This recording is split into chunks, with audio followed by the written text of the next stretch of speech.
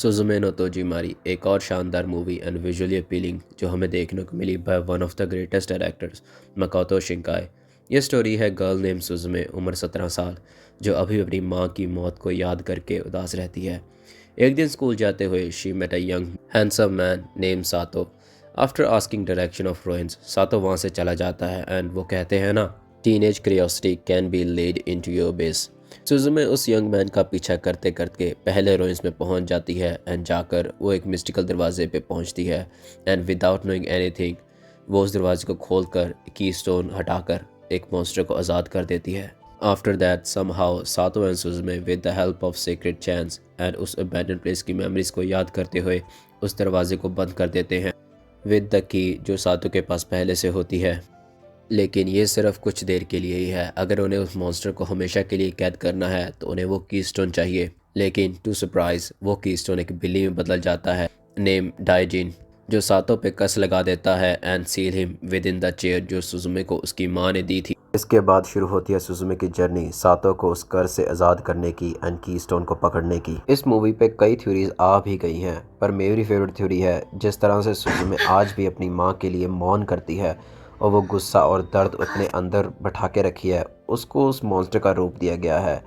क्योंकि मॉन्स्टर एक isolated dark lonely place पे रहते हैं और वहीं से पैदा होते हैं एंड सुजुमे के अंदर आज भी बहुत अकेलापन भरा पड़ा है।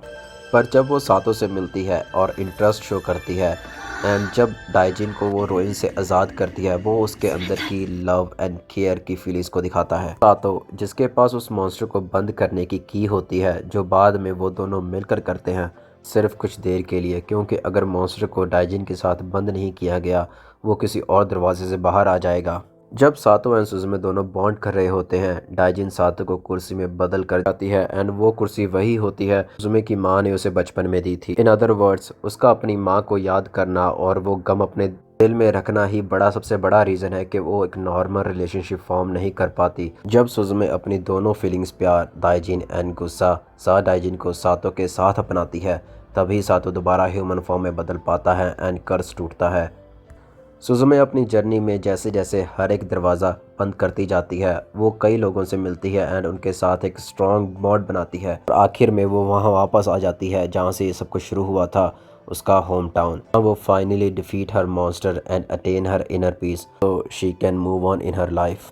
में कई सवाल खड़े होते हैं, सुजुमे उन मिस्टिक दरवाज़ों को कैसे देख सकती थी, क्योंकि वो तो क्लोज़र फैमिली से बिलोंग ही नहीं करती थी। तो मेरे ख्याल से जब बचपन में सुजुमे की मॉम की डेथ हुई थी, सुजुमे ग्रीफ एंड सैडनेस में इतना करीब चली गई थी कि वो एक्सीडेंटली क्रॉस कर लेती है रेल्म ऑफ एवर आफ्टर की वजह से उसे नाइटमेयर आते थे and she can see the Mystic Force. Movie की इंस्पिरेशन 11 मार्च 2011 में आए जापान में आए अर्थक्वेक एंड जापान की डिक्लाइनिंग पॉपुलेशन की वजह से जो अबैंडन्ड बिल्डिंग्स के नंबर इंक्रीज हो रहे हैं उससे ली गई है। डायरेक्टर मकोतो शिंकाई ने भी यही कहा है कि हम इंसान फ्यूनरल पे तो मौन करते हैं, बट डेड बिल्डिंग्स जो अबैंडन्ड बिल्डिंग्स हैं उनकी जो मेमोरी होती हैं उन पे मौन नहीं करता, उनको कोई याद भी नहीं करता। अबैंडन्ड बिल्डिंग के साथ उनकी मेमोरीज फेड हो जाती हैं, लेकिन हमें इंसानों को उन मेमोरीज को याद करके उन्हें एक प्रॉपर क्लोजर देना चाहिए, जो एक बहुत ज़रूरी होता है।